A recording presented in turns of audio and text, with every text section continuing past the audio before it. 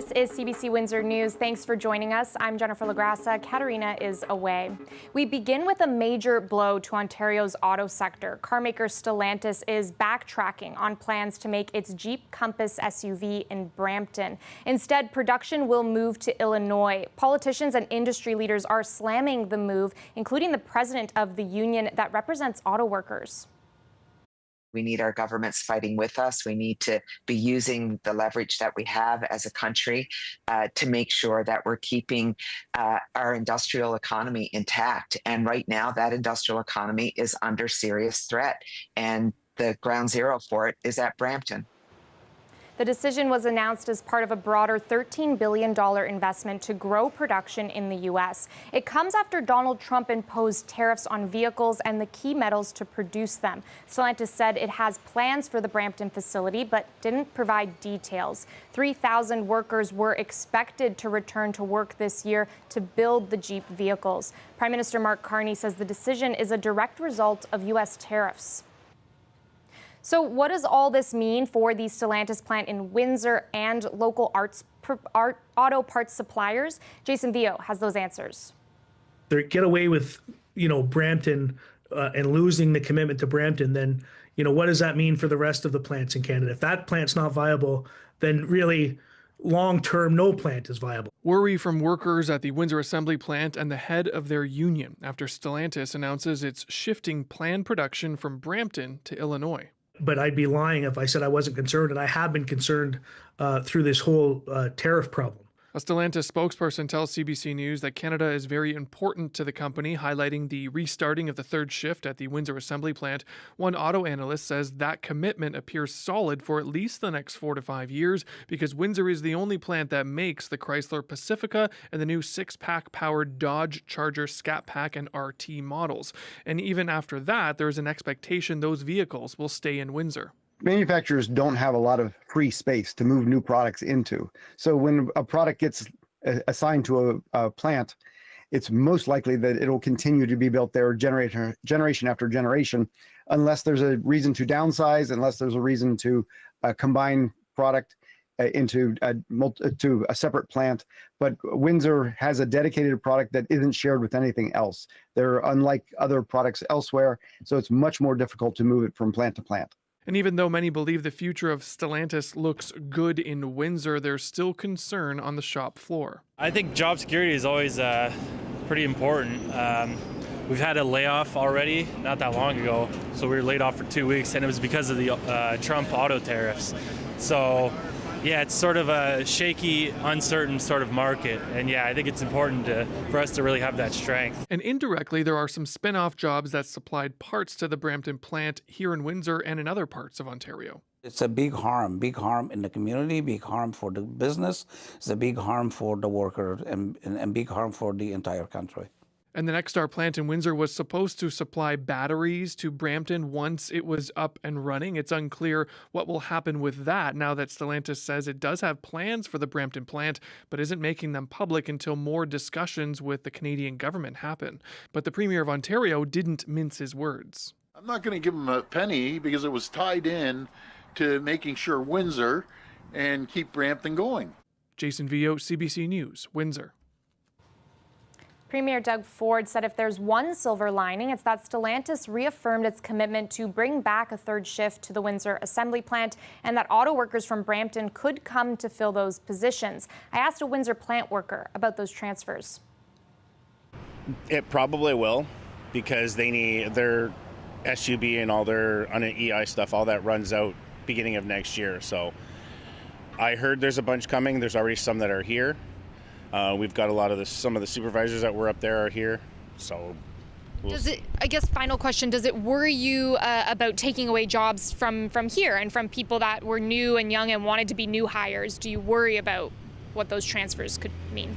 I don't really worry about it because there's still a lot of jobs out there. Just a lot of people they want the higher paying jobs, which there are not a lot of, but I mean, it is what it is. Grand scheme of things.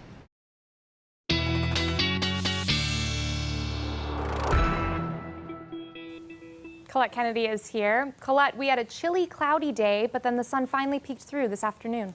Yeah, we finally got into that cloud cover breaking up. You're right, and getting into some nice sunshine. Now, this morning we started off from 11 degrees, so not bad. Now, tonight it is going to be a much cooler feel as temperatures are going to be on the chillier side, under 5 degrees in most cases. So a frost advisory there in place for you in Chatham, Kent. And just having a look at your overnight conditions for Windsor, 4 degrees. Some patchy fog is possible. We'll burn that off in the morning, though, because we've got a lot of sunshine coming at us this time for the whole day on Thursday, a high of 17, and we'll take a look at what's to come after that when I come back. Great. Thanks, Colette. Now, back to our top story. Politicians of all stripes are reacting to the news from Stellantis. Premier Doug Ford was clear on what he thinks should be done. I am sick and tired of sitting and rolling over. We need to fight back. Folks, we are an economic powerhouse. We buy $356 billion of goods, Canada does, off the U.S. We're the #1 customer to the U.S. No one in the world buys more goods than what we do. We need to start hitting back and hitting back hard. Industry Minister Melanie Joly said she was extremely disappointed with the Stellantis decision. Joly said the company has commitments under agreements with the government and that the government will make sure to push the company and hold them to account. In a letter to Stellantis' CEO, Joly threatened to sue the company if it doesn't uphold its obligations, which stem from the billions of dollars the government has granted the company. A top Liberal MPP was also in Windsor today, and he weighed in on the situation with Stellantis, saying Ontario's government needs to go beyond tough talk, especially in a trade war with the U.S. You know, the good news for Windsor is there's an additional line coming here overnight. The reality is it's so volatile, we don't know what's going to happen next. And the government needs to have a plan. And, you know, a plan is something different from slogans. Slogans don't like put food on the table. Talking tough doesn't put food on the table. We have to be able to support people when they're out of work. We have to be able to retrain them if we need to retrain them to do different things in different industries. And then, most importantly, we have to work with companies, right, to make sure they understand the kind of investment we make in our people, that we have great people here, and that investing in our province is a smart thing to do.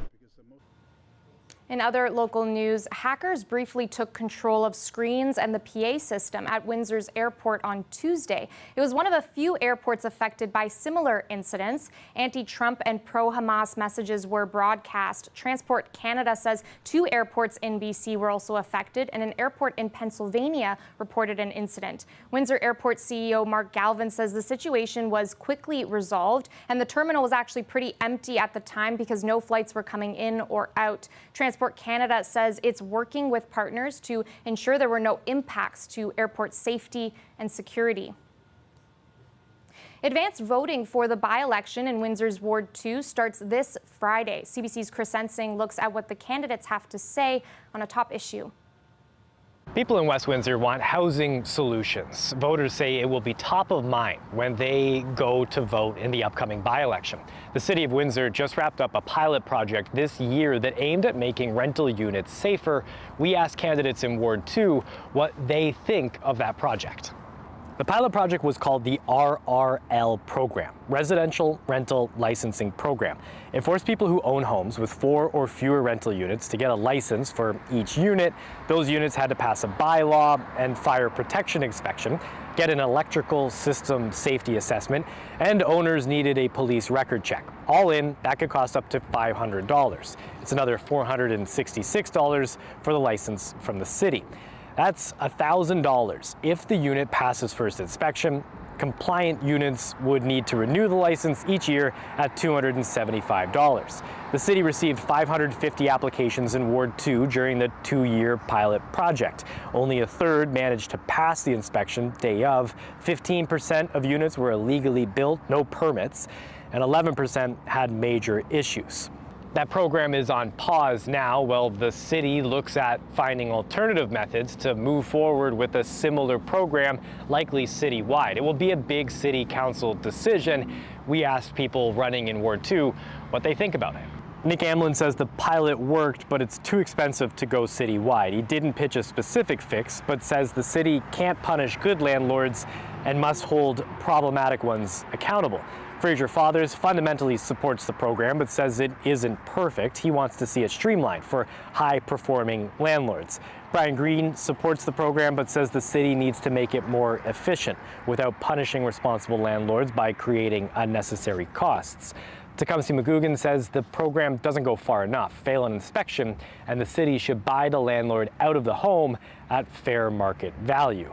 Crystalline Singh supports the program, but with escalating penalties for bad landlords and credits or discounts for responsible ones. Mo Zafar opposes the program, saying it costs too much and that management should stick with inspections allowed under the current complaint-driven program. You can find all the candidates' answers on our website, cbc.ca/Windsor. With Halloween just days away, some locals are already getting into the spirit with a new Halloween app and map. Why Halloween? You guys must love Halloween. I do love Halloween, so Halloween has been my thing for many years. My name's Jen Green, and me and my son Regan Green, we made an app, We Halloween, like Windsor Essex Halloween.ca. Then you just shoot that up, and it catches it for you. There we go. Last year we did the ghost hunt as a weekend thing, and it was just paper ghosts, but it was really, really popular, so that's when we decided this year, let's make a Pokemon Go style game where they can go around and catch the ghosts. My partner, Michelle, asked my son, can you create a digital version of this for all of our displays? And he just kind of smiled at her and said, this is easy, and for him anyways. Early September, she was first working on updating her map, but she wanted to try and make something new for it. I work in game development and stuff. Definitely a new thing for us because I've never really been able to work with her on anything like this, but it's been enjoyable. We are at 75 locations. We added the county this year. So we didn't have the county on our map as of last year. There's a lot in this area. So I have been getting a lot of families that are walking around to do the ones in the neighborhoods. And what type of reaction have you been getting from both adults and kids and families who use this app, and how it's interactive and brings people out to see some of these homes? For the most part, everybody's just thanking me. They're just, I can't believe you guys have done this. I really appreciate that because it has taken a lot of work to get to this spot. I feel like we're also go, go, go all the time, and we don't stop and just enjoy the little things. So for me, I'm always trying to find the little things. If I can do that for other people and get them doing it too, then that's the goal. Hockey Canada has launched a series of ads to discourage bad behavior, specifically from parents. Sarah Levitt reports. There are too many examples of it. Hockey parents taking things too far. Brawls like this one at a game for 7- and 8-year-olds in Hamilton, or this one at a minor league tournament in Gatineau, Quebec, where a fight in the stands led to fighting on the ice, too. Now, Hockey Quebec is saying enough is enough through a series of commercials. Let's go away! Hey, butts in! Butts in! Whoa. Asking parents if they recognize themselves in the ads, aggressive and angry at the kids, coaches, and referees, no matter how young. We're passionate about hockey. So we're using our platform to say, listen, take a little pause, and you know what? It's just a game. In most provinces, hockey associations have made it mandatory for at least one parent from each household to take an online course called the Respect in Sport Parent Program. Created in part by former NHLer Sheldon Kennedy, it's meant to teach parents the impact of their behavior. Hockey Quebec, though, hasn't made the course compulsory, saying it has no way to police parents. Instead, these latest ads are meant to shock them into change. Hey, regarde-moi. Including how they talk to their own kids. At this youth hockey practice in Montreal, coach Darren Bearsy tries to teach his players respect is a necessity on and off the ice. So we have a parent's code of conduct, we have a coach's code of conduct, we have a player's code of conduct, and we expect everybody on our team to follow that. While he says the majority of parents are there to support their kids, the few bad apples can quickly ruin the fun for everyone. Sarah Levitt, CBC News, Montreal.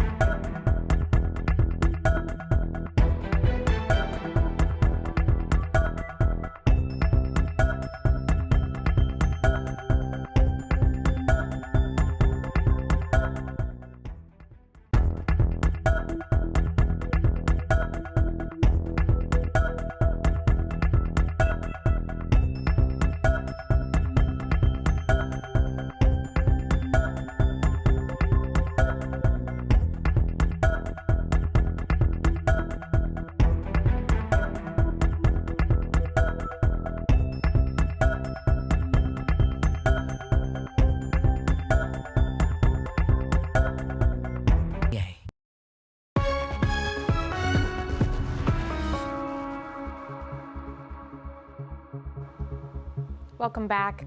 Tensions with the U.S. over trade have some questioning if buying American-made F-35 fighter jets is still the right decision for Canada. CBC's David Common looked into what goes into building the cutting-edge fighter and found a surprising Canadian connection. This will be the most expensive fighter jet Canada has ever purchased. But with cross-border tensions now, is a plane built by an American defense company still right for Canada? We have the option of buying 88 planes, but we're only contractually obligated to buy 16 of them. What I'd like to see, Canada become our 51st state. Talk like this has threatened to scuttle the deal. The fact that Canadian industry plays a major part in building this platform and has continued to grow in that, and the economic impact that it provides back to Canada. Canada is definitely a part of this F-35 platform. He has a point. While the fighter jets are assembled here in Texas, parts come from a global supply chain. And because Canada has been part of this program for decades, Canadian suppliers are among those putting parts in, including here in Lunenburg, Nova Scotia at Stelia, which makes composite parts. I mean, anybody I talk to and say that we're manufacturing F-35 aircraft parts in Nova Scotia are shocked to know that that's what we're doing for work. If the government backed away from the deal, it could hit the Canadian contractors who would lose preferential access. Others argue Canada could cut short the F-35 order and add in a cheaper jet to our fleet. Top of that list is often the Gripen, produced by NATO ally Sweden. You have to remember that 70% of the cost of a aircraft is its long-term support, not its acquisition. And with regard to that, the Gripen E, for instance, is 1/6 the cost per hour flying cost as the F-35. But what makes the decision all the more complicated is that these planes may be assembled in America, but parts are built in Canada. So canceling has implication to workers and investment on both sides of the border. David Common, CBC News, Fort Worth, Texas. Hamas handed over 2 more bodies of Israeli hostages late Wednesday night local time. And the militant says it's now fulfilled its commitment to the first stage of the peace deal. It says it doesn't have access to any more bodies because they're buried under the rubble in Gaza. As Briar Stewart reports, that could mean trouble for the deal that stopped the fighting. Hamas has returned 2 more bodies to Israel, but the militant group says it will not be able to retrieve any more deceased hostages at this point without the help of expertise and heavy equipment. Obviously, a large portion of Gaza has been reduced to rubble. Now, there has been rising tension over the past couple of days around the exchange of remains. Yesterday, Israel received 4 bodies, but after forensic identification tests, it said that only 3 of them belonged to hostages. Now, under this deal, for every 1 deceased hostage who was returned to Israel, Israel is supposed to return the bodies of 15 Palestinians. Gaza health officials say that it has received 90 bodies so far, and that doctors are working there to try to identify them. But obviously there are capacity issues in Gaza, and what officials say is that if they aren't able to identify the bodies, then they will take photos and post them and hopefully have family members identify them that way. A freelance videographer working for CBC News has spoken to a few Gazans who said that their loved ones were last seen and heard from on October 7th, 2023. And over the past 2 years, they've been wondering whether or not they were killed that day or they ended up in Israeli detention. There continues to be questions around the amount of aid going into Gaza as part of the deal. 16 aid trucks were supposed to enter every day, but Israel said that it was going to curtail aid over the delay in the exchange of bodies. And tomorrow, the Rafah crossing, which is between Egypt and Gaza, is supposed to reopen, but Israel has said it will only open for the transit of people. And this is mainly patients who have been severely injured and require medical treatment abroad. The ceasefire is holding, but it is precarious. Today, the Israeli military said it fired on Gazans who were approaching troop positions and had crossed the yellow ceasefire line. Briar Stewart, CBC News, Jerusalem. We'll be right back with your full weather forecast. Stay with us.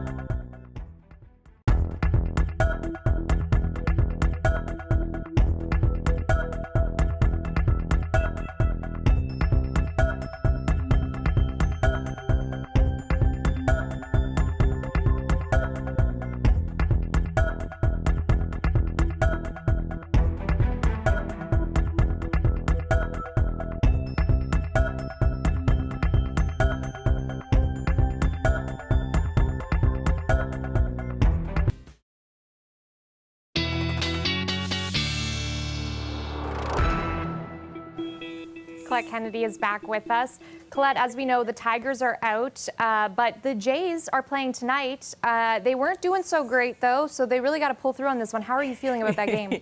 Yeah, this is a really important one, and I am feeling hopeful in Seattle. Yeah, at T-Mobile Park, when they get the first pitch off, it's going to be about 12 degrees with light winds, so weather-wise, yes, exactly. Things are looking good, and I hope there won't be too many Tigers fans upset with me for the Jays T-shirt. Come on over to this bandwagon if you feel up to it.